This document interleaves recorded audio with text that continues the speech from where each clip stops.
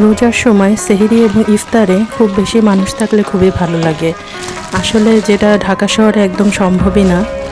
তারপরেও আমরা যারা যারা ফ্যামিলিতে আছি সবাই যদি একসাথে ইফতার আর সেহরিটা করতে পারি তাহলে আসলেই দারুণ লাগে। যে কোনো অনুষ্ঠান যেমন মানুষ ছাড়া অপরিপূর্ণ, ওই রকম সেহরি আর ইফতারও অপরিপূর্ণ। যাই হোক, সামনে ইচ্ছা আছে একটা ইফতার পার্টি করার। যদি সবাইকে নিয়েও না করতে পারি, অ্যাট লাস্ট চাইবো আমার খাবার যেন প্রতিবেশীদের ঘরে পৌঁছে যায়।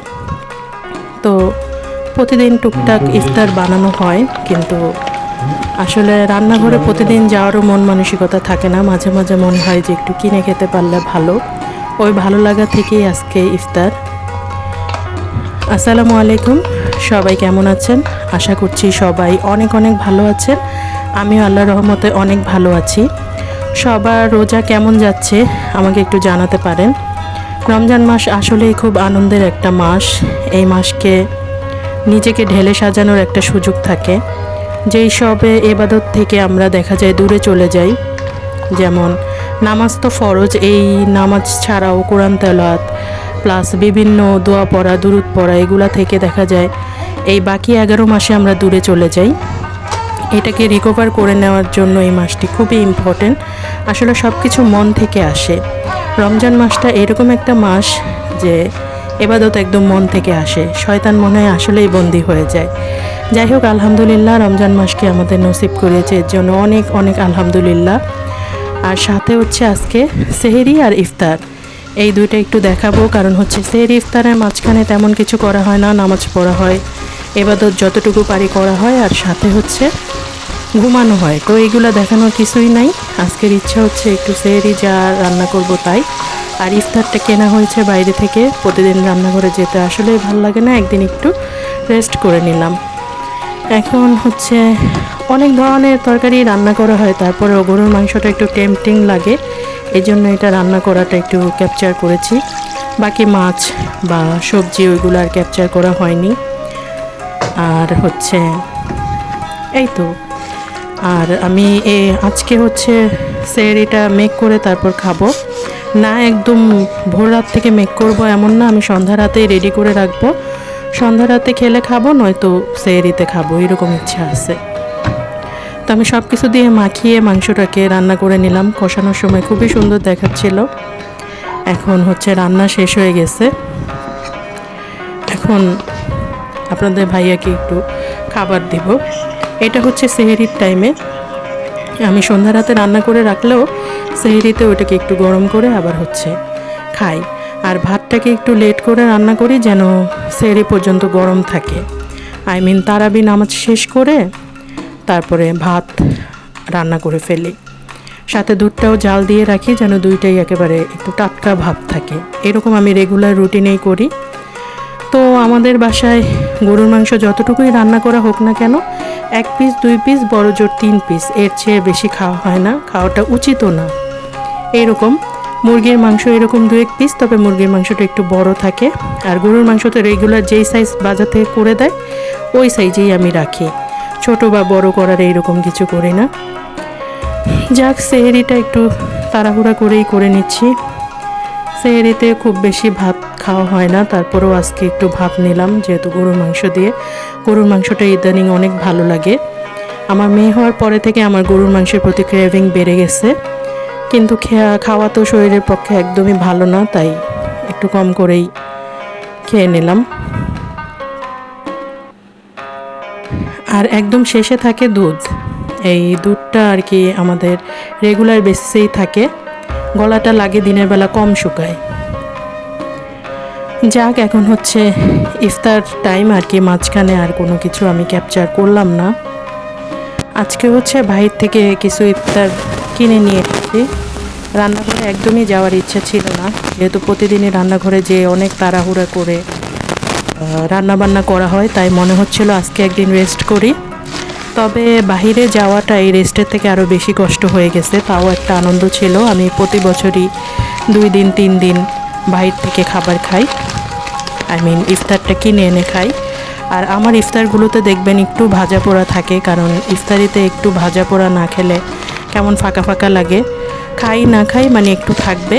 তবে লোকের হিসেবে আমি একটু কম আনি, কারণ যেন ফেলে দিতে না হয় এই রকমটা। আর যেহেতু আজকে আমি কিনতে গিয়েছিলাম রোজা রেখে, তো রোজা রেখে কিনতে গেলে বরাবরই আমার একটু বেশি কেনা হয়ে যায়, মানে যত কিনি মনে হয় কিনতেই ভালো লাগছে। যদিও আমার ঘরে এত লোক সংখ্যা নেই, তারপরও আলহামদুলিল্লাহ আমি সব কিছু কিনতে পেরেছি এবং একটাও আমি নষ্ট করব না। যতটুকু খাওয়া হবে হবে, বাদ বাকি যেটা রাখা যায় বা কালকে ব্যবহার করা যায় এরকম করব। হয়তো স্বাস্থ্যের পক্ষে একটু ক্ষতি হবে আজকের দিনের ইফতার কালকে খাওয়া, তারপরও ফেলে দেওয়ার চেয়ে খুব ভালো। আমাদের ছোটোবেলায় দেখেছি যে অনেক লোক ইফতার নিতে আসে ইফতারের পর পর, কিন্তু এখন এমনটা দেখা যায় না, বা ঢুকতে দেয় না, বা সিকিউরিটি পারপাস আসতে দেয় না। এই জিনিসটা অনেক মিস করি, কারণ আমি খাচ্ছি, যদি এখান থেকে দু একজনকে দিতে পারতাম তাহলে আমার কাছে খুব ভালো লাগতো। সব জিনিসে দু একটা করে দেখা যায় বেশি এনেছি, কম আনা হয়নি, তো কাউকে দিতে পারলে ভালো লাগতো। আবার এমন যে কেনা জিনিস প্রতিবেশীকেও দেওয়া যায় না, এখন মানুষ অনেক হেলথ কনসিয়াস, তো যদি কিছু দিতে হয় ঘরোয়াভাবে বানিয়ে দিলে ওটা সেফ, খাবে। আর কিনে দিতে গেলে অনেক সময় হয় কি যে ওনারাও তো কিনতে পারে এইরকমটা চিন্তা করে, বা খাবে কি খাবে না এটাও চিন্তা করতে হয়। তো অনেক চিন্তা ভাবনা, আমি একটু চিন্তা ভাবনা হয়তো বেশিই করি। যাক, এই পারপাসে যা যা মনে হয়েছে একদম মনের মাধুরী মিশিয়ে নিয়ে এসেছি। কতটুকু খাওয়া হবে কি হবে জানি না, তবে আমি কিছুই নষ্ট হতে দিব না ইনশাল্লাহ। এখন একটা একটা করে বের করছি। এখানে জিলাপি এনেছি, রোল, তারপরে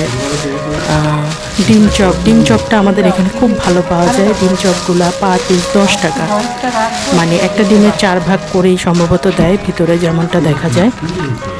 তো ভালোই আমার কাছে রিজনেবল মনে হয়, মানে আমি বাইরে গেলে এই ডিম চপটা আনবই আমাদের এখানকার।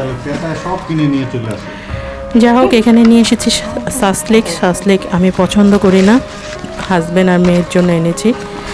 আর এখানে সাসলেক আসলে পুরাটা আসেনি, কিছুটুক ভেঙে রয়ে গেছে, যেটা আমি বলছিলাম যে সাসলেকের কিছু অংশ ভেঙে রয়ে গেছে। যাক, আমার এই দিকে যতটুকু আছে ওইটুকুই এসেছে, এটা নিয়ে আমার কোনো সমস্যা নেই। আর এই রোল আসলে 2 দোকান থেকে এনেছি, তো একটু টেস্ট করার জন্য এটা অন্য আরেক দোকান থেকে এনেছি, দেখা যাক কেমন হয়। আমি আগেও ট্রাই করেছি, তারপর রোজার মধ্যে দেখা যায় যে একটু চেঞ্জ হয় অনেক কিছুতে। এখন আমি একটা একটা করে সব কিছু ঢেলে নিচ্ছি। এইখানে এগুলো হচ্ছে হোমমেড, এখন যেগুলো বের করছি এগুলো হোমমেড খাবার বিক্রি করে আমাদের এইখানেরই একটা দোকানে। তো এই খাবারগুলোও দেখে খুব ভালো লাগলো, ভাজা পোড়া হলেও একটু স্বাস্থ্যকর মনে হলো, কমার্শিয়াল না এমন লাগলো আমার কাছে, তাই আমি নিয়ে এসেছি বেশ কয়েকটা। দেখা যাক, এক গ্লাস মুড়ি মাখিয়ে হলেও খাওয়া যাবে যদি আস্ত খেতে ভালো না লাগে। যেমনটা ভালো লাগবে ওই রকমই করব। কত চিন্তা ইফতার নিয়ে, সাথে সাথে চিন্তা হয় যে মানুষগুলো এখন ইফতার করতে পারছে না বা প্রপার ইফতারটা পাচ্ছে না, তাদের কাছে পৌঁছে দেওয়া তো সম্ভব না আমার পক্ষে। তারপরেও আমি দোয়া করি যে সবার ইফতারের টেবিল যেন ভরপুর থাকুক, এরকম দোয়া। আর হচ্ছে যাদের জাকাত হয়েছে আলহামদুলিল্লাহ, আমাদেরও জাকাত হয়েছে, যার যার জাকাত হয়েছে তারা প্রপার জাকাতটা আদায় করবেন। এটা কিন্তু আপনাদের উপর গরিবদের হক, বা আমার উপর গরিবদের হক, আর হক নষ্ট করা তো কত বড় অন্যায়, এটা তো আমরা সবাই জানি। হচ্ছে এটা আমাদের কাছে ওদের সম্পদটা রাখা বলতে গেলে, তো ওদেরটা ওদেরকে দিতে হবে। এটা আমাদের এমন কিছু না, আমাদের শুধু মনের শান্তি যে আল্লাহ আমাদেরকে দিয়ে এই জাকাতটা দেওয়াচ্ছে বা এই সম্পদটা দেওয়াচ্ছে, এইরকম। সাথে আছে ফেতরা তো সো মাচ ইম্পর্টেন্ট, ফেতরার 1 টাকা কম হওয়া যাবে না, বরং বেশি হওয়া ভালো।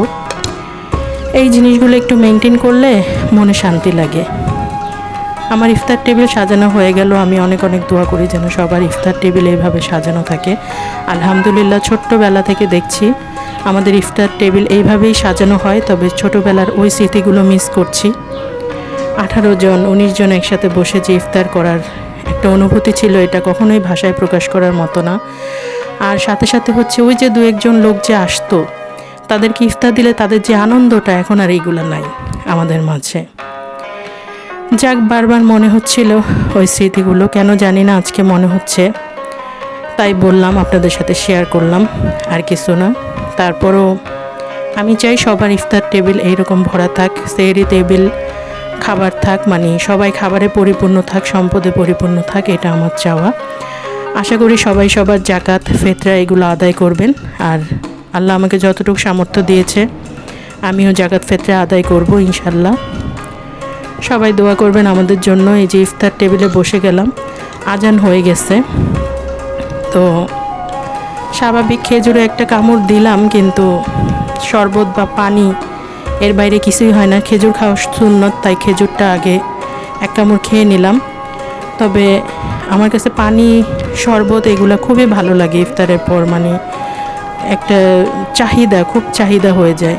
আমি এমনিতেও পানি একটু বেশি খাই, তো ওই অনুযায়ী আমার খুব চাহিদা থাকে পানির দিকে। সুন্নত পালনের জন্য আমি একটা খেজুর খেয়ে নিই, তারপরে শরবত বা পানি এইগুলোই বেশি খাওয়ার ইচ্ছা থাকে ইফতারে। মানে হাজার খাবার দিয়ে টেবিল ভরা, তারপরেও দেখা যায় ইফতারে আমার পানির প্রতি আকর্ষণটা বেশি থাকে।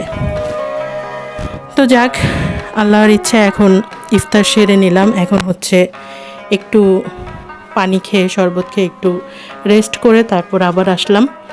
এই ইফতারগুলো যে কিনে এনেছি এগুলো একটু খাই, টেস্ট করি। আমি আগেও খেয়েছি, তারপরেও এখন ইফতারের পরে খাবারের মজা কিন্তু আলাদা। সারাদিন না খাওয়ার পর ইফতারের পরে খুবই আলাদা খাবারের একটা টেস্ট। তো এই যে ডিমের পরিমাণটা ভালো, আমার কাছে এই ডিম চপটা খুব ভালো লাগে ওনাদের, খুবই ভালো লাগে। 4 ভাগের 1 ভাগ ডিমই দেয়, অথচ দাম মাত্র 10 টাকা নেয়। আলু চপটা হচ্ছে হোমমেড, বোঝাই যাচ্ছে সাইজটাও ভালো। এটার দামও 10 টাকা। তারপরে এখন টেস্ট কেমন এটার উপর আর কি বেস করে। এত বড় একটা আলু চপ 10 টাকায় ভালোই লাগলো। হোমমেড জিনিসের টেস্ট আসলেই আলাদা। এটা খুব মজা খেতে, এটা খুবই মজা।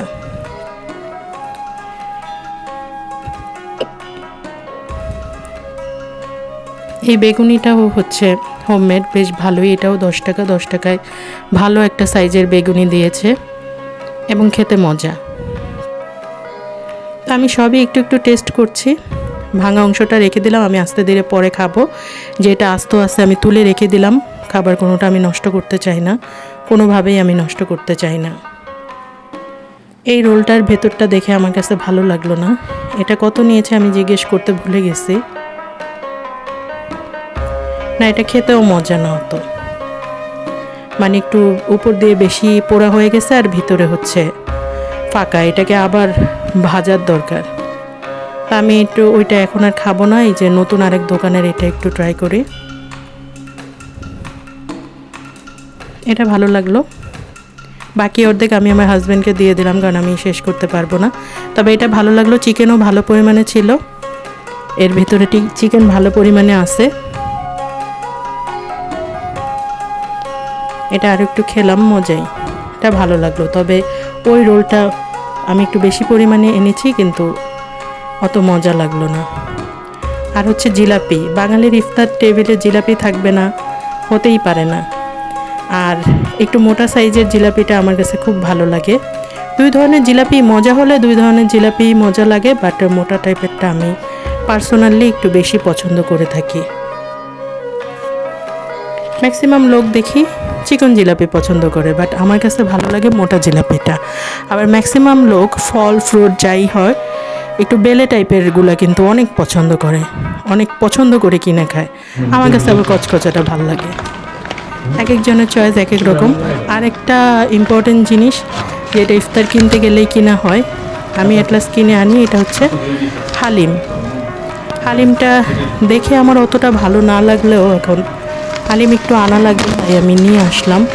খেতে কেমন হবে জানি না, তবে এখন খুলে দেখতে ভালো লাগছে। ওইখানে যখন পাতিলাতে দেখেছি তখন ভালো লাগেনি।